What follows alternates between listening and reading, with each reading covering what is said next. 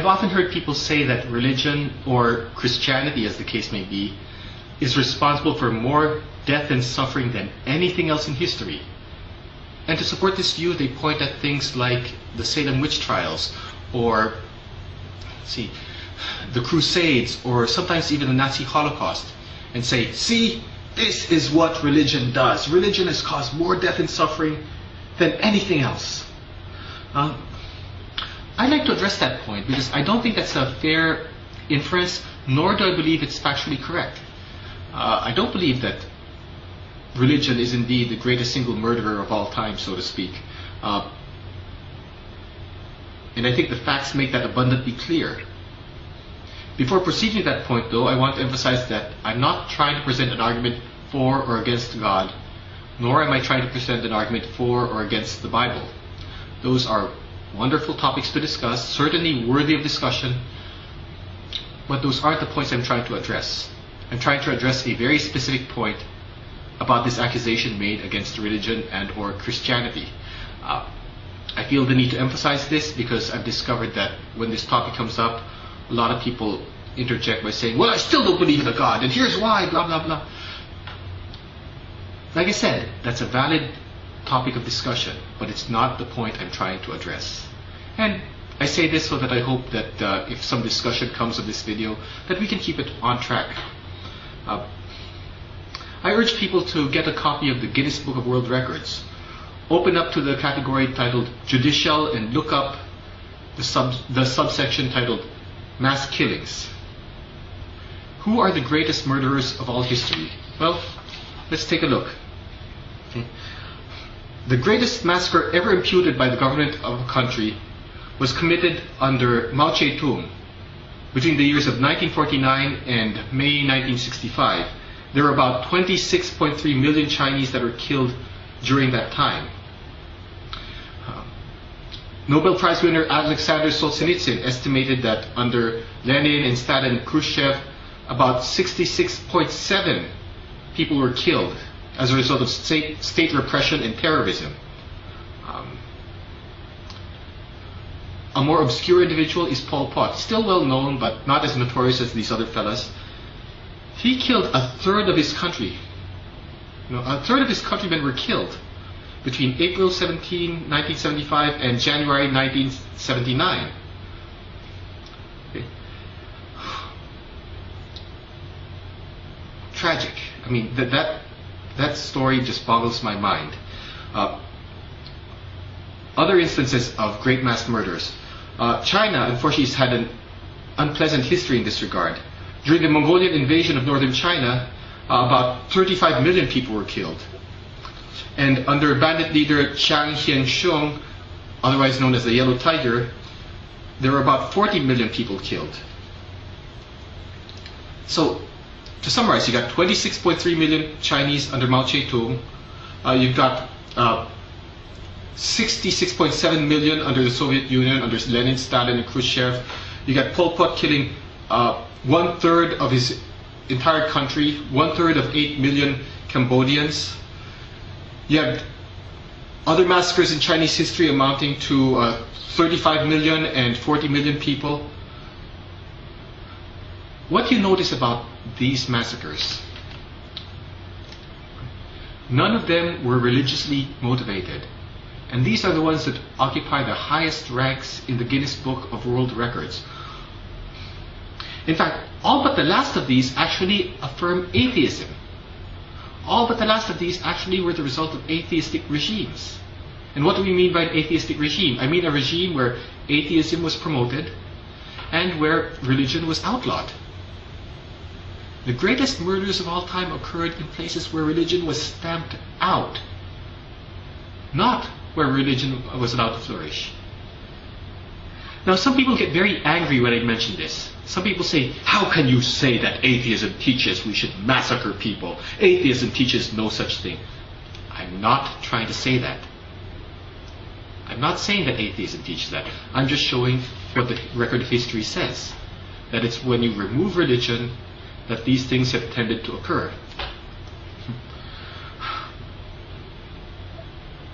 Consider the track record under religion. What happened with the under the Crusades, for example. Now, with the Crusades were a tragic event. I'm not going to make any excuses for it. This was, I do not condone the Crusades by any means. But how many people were killed? Over the course of a couple of hundred years, you had, tens of thousands of people were killed in the Crusades. That was tragic. But the numbers do not approach the atrocities committed under these atheistic regimes. What about the Salem witch trials? Well, in the Salem witch trials, you had something like 35 people killed. There were similar witch hunts that were conducted in Europe, and you had many thousands of people who were killed there as well. Over the course of 300 years, we're talking about 300,000. Again, a horrible number, but nowhere near the numbers that occurred under regimes where religion was eliminated. Okay? Like I said, I'm not saying that these things were acceptable. Not at all. These things were the result of twisting religion and Christianity in particular. These actions were performed contrary to Christian teaching. They were not taught by Christianity. They were performed in violation of what Christianity actually teaches. This goes to show that people can take religion and twist it for their own purposes. Some people point to Hitler and say Hitler was a Catholic and he killed 11 million people, 6 million Jews. Well, first of all, Hitler was not acting in accordance with Christian principles. I think it's unfair to blame Christianity for Hitler. Second, he professed to be Catholic, but he gave mixed signals at best. He also dabbled in a lot of neo-pagan practices. As one historian I read said, Hitler was clearly straddling both sides of the fence. It seemed like he didn't want to oppose religion outright, knowing he couldn't get away with it. And so he tried to pander to both the Christianity, in particular Catholicism, and to pagan religions, and some even speculate that Hitler thought of himself as God.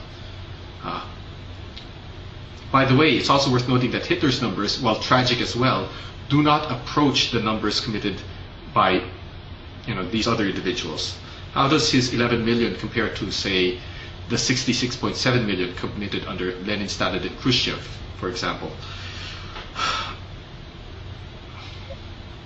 So like I said, it's really unfair to blame religion and Christianity for these things. The facts pretty clearly show that religion is not responsible for the greatest murders of all time. Okay. Some would say, well, okay, so it's not responsible for the greatest number of killings, but it's still responsible for more suffering than anything else in history. I'm sorry, but you're going to have to substantiate that claim. It seems to me that this is a pretty good indication of the amount of suffering that occurs. These numbers that I just gave.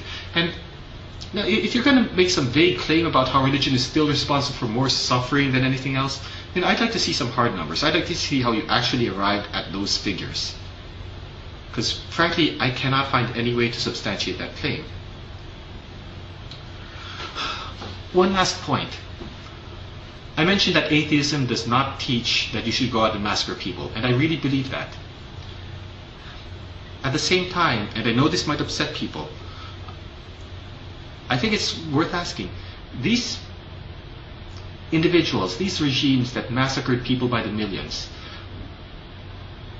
is it at all unreasonable to surmise that they might have been less willing to kill 35, 40, 66.7 million people, etc., if they believed that there was a God to whom they would be ultimately accountable? I don't think that's an altogether unreasonable thing to surmise.